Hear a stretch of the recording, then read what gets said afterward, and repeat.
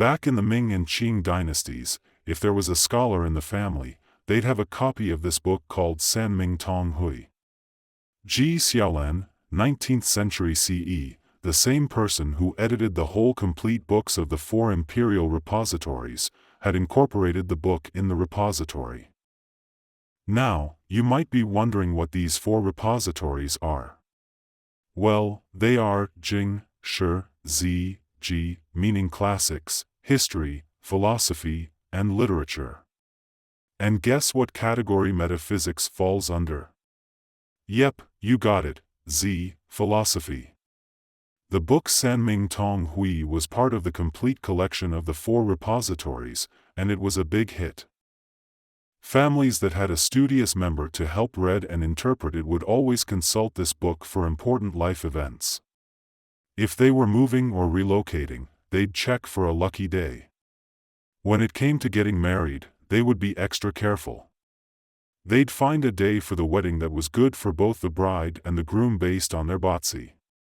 It's all part of Chinese tradition. Hong Kong and Taiwan have kept this practice alive to this day. Now, folks in mainland China can also get their hands on Hong Kong's Tung Shing calendar. Ever heard of it? The Tung Shing calendar tells you what's lucky and unlucky to do each day. This helps Chinese people decide what to do every day and also what they should steer clear of. The theory behind this calendar is based on Bazi. Let me give you an example. Let's say 2 companies want to sign a contract, and this year happens to be the year of the ox. Well, if they look at Bazi, they will see that signing that contract on the last day of the year is a big mistake because it clashes with the energy of the ox. How can you sign a contract and the timing is totally wrong? You can't. The date for signing a contract shouldn't clash with the day's heavenly stem and earthly branch. As a result, the 2 companies can't pick that day to seal the deal. That's why the Tung Shing calendar includes all these lucky and unlucky activities based on Bazi calculations. For folks in mainland China, even if they don't fully get the rules and theories behind the metaphysics, it is extremely common for them to buy a Tung Shing calendar and hang it up at home before the new year rolls in. With the help of this calendar, they might not know all the nitty-gritty details, but they have a general idea of what's good and bad. To figure out our fate, we have to first calculate our Bazi. Nowadays, you can find an online software to do that for you. You just punch in your birth year, month, day, and time, and voila, your Bazi pops right up. By the way, people do not rely on software for determining life phases of significant change, which develops from your Bazi, where the computation is complex, and different software give different results. Anyways, these days, most folks use software to calculate their Bazi and then find someone who knows how to interpret it. So, step 1 is to determine your Bazi based on your birth information. Now, here's something super important that many Chinese people don't know. What's the first day of the new year? Is it the first day of the lunar year or the start of spring? The first day of the new year is in fact the start of spring, known as Li Chuan in Chinese.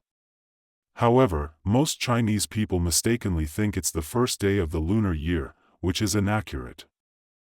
The first day of the new year is based on the start of spring. Sometimes, Li Chuan happens before the Lunar New Year, sometimes after, and sometimes the Lunar New Year has passed but Li Chuan hasn't arrived yet. A lot of folks think that once the Lunar New Year kicks in, they're already in the year of their zodiac animal. For example, this year is the year of the ox, but people mistakenly believe that once the Lunar New Year, Chinese New Year, starts, they're already in the year of the ox, even though Li Chuan hasn't arrived. If you check out a perpetual calendar or lunisolar calendar, you'll know the exact date of Li Chuan. Li Chuan is pretty consistent because it's based on the solar calendar, not the lunar one. It usually falls on either February 4th or 5th, with just a tiny margin of error. On the other hand, the lunar calendar follows the moon and has bigger differences, sometimes requiring an extra month to get things back on track. Some people have been getting their Chinese zodiac sign wrong their whole lives. According to the theory of the 24 solar terms, the first day of the new year is actually Li Chuan, or the start of spring. Some people have no clue about this and end up mistaking their Chinese zodiac sign forever. For example, in 2021, Chinese New Year's Day was on February 10th, but Li Chuan fell on February 3rd. Sometimes it's on February 5th, sometimes on February 4th, and sometimes on February 3rd. Because the start of spring is on February 3rd in 2021, kids who were born on that day and onwards are already considered to be born in the year of the ox. Many folks mistakenly think that if Chinese New Year's Day hasn't arrived yet, they're still in the year of the rat. These people have messed up their Chinese zodiac sign, and what's the result of this confusion? They think they clash with the horse zodiac sign when in reality, there's no clash at all. To summarize, Li Chuan, the start of spring, sometimes comes after Chinese New Year's Day, so when it comes to determining your zodiac sign, you're still considered to be born in the previous year until Li Chuan arrives. Now, how do we correctly arrange the year pillar? For those born this year after February 3rd, the first two characters of their Bazi are Xin Chou. Xin Chou, this year's name, got it? Now, let's talk about arranging the month part. That is based on the solar terms, the 24 Jia, not the first day of a calendar or lunar month, like your 1st of September or the 1st of August, but rather the solar terms. Solar terms comprise Jia and Qi, of which there are 24 in a solar year. Among those terms, 12 are Jia and the other 12 are Qi. For instance, Li Chuan marks the Jia for the commencement of spring, and following Li Chuan is Yu Shui, which is a Qi indicating the coming of rain. Then we have Jingzhe, another Jia representing the end of hibernation.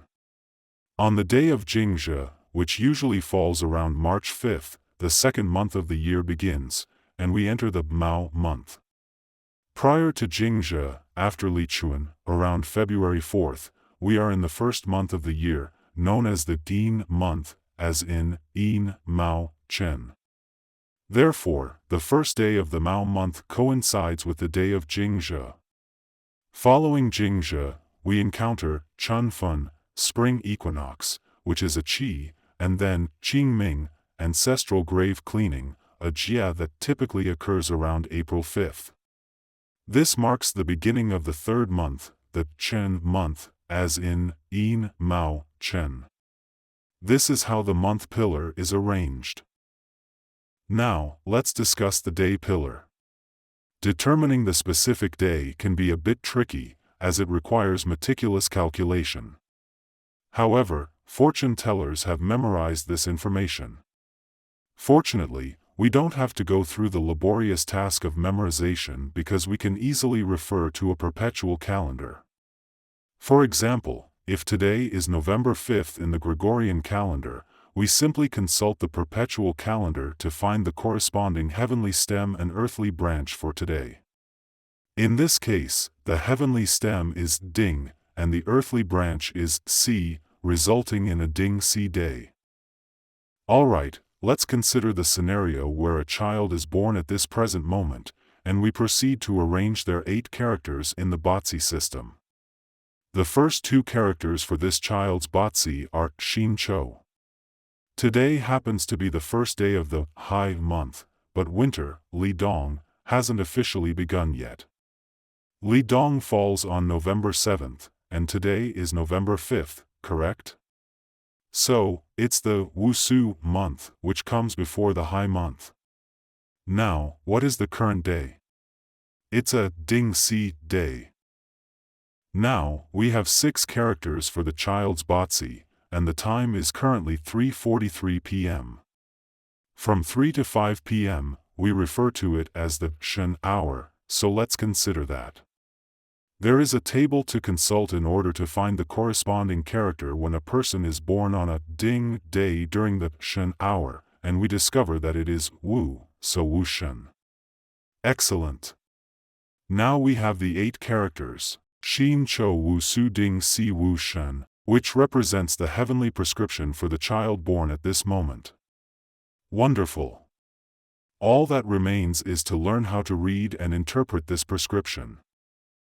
To understand the meaning of these 8 characters, we can start by applying the concepts of yin and yang and the 5 elements. According to the theory of the 5 elements, Xin belongs to metal, Cho, Wu, and Su belong to earth, Ding, and Si belong to fire, Wu earth again, and finally Shen belongs to metal. So we have metal, earth, earth, earth, fire, fire, earth, metal. We can see that there is a strong presence of the earth element, with 4 earth characters. Furthermore, fire has the ability to generate earth, so we can consider this birth chart as having a fire element influence, making it a fire destiny. The fire represented by Si can assist this fire destiny, but the effect is now excessive and ends up draining him. There is an imbalance in the 5 elements. So, what is missing? This birth chart lacks the wood and water elements. That is our analysis of these 8 characters. Let's talk about the generation of the 5 elements. It's pretty straightforward. Metal generates water, water generates wood, wood generates fire, fire generates earth, and earth generates metal. That's a basic concept of generation. Then we have the control relationship, which is the opposite. Metal controls wood, and that makes sense, right? You take an axe made of metal and chop wood. Wood controls earth because it grows on the soil and has control over it. Earth controls water, and it's easy to understand since soil covers water. When fire shows up, water will put it out. Firefighters use water to put out fires. Fire controls metal, just like in smelting. Water generates wood, which is pretty straightforward. When wood burns, it turns into fire. And when fire burns, it turns into ashes, which become part of the earth. You know what's buried in the earth? Metal, which can be turned into liquid assets, like money. This is the intuitive relationship between generation and control. It means that we need to understand the 8 characters based on the foundation of the yin-yang and 5 elements generation and control relationships. It's a prescription given to us by the heavens.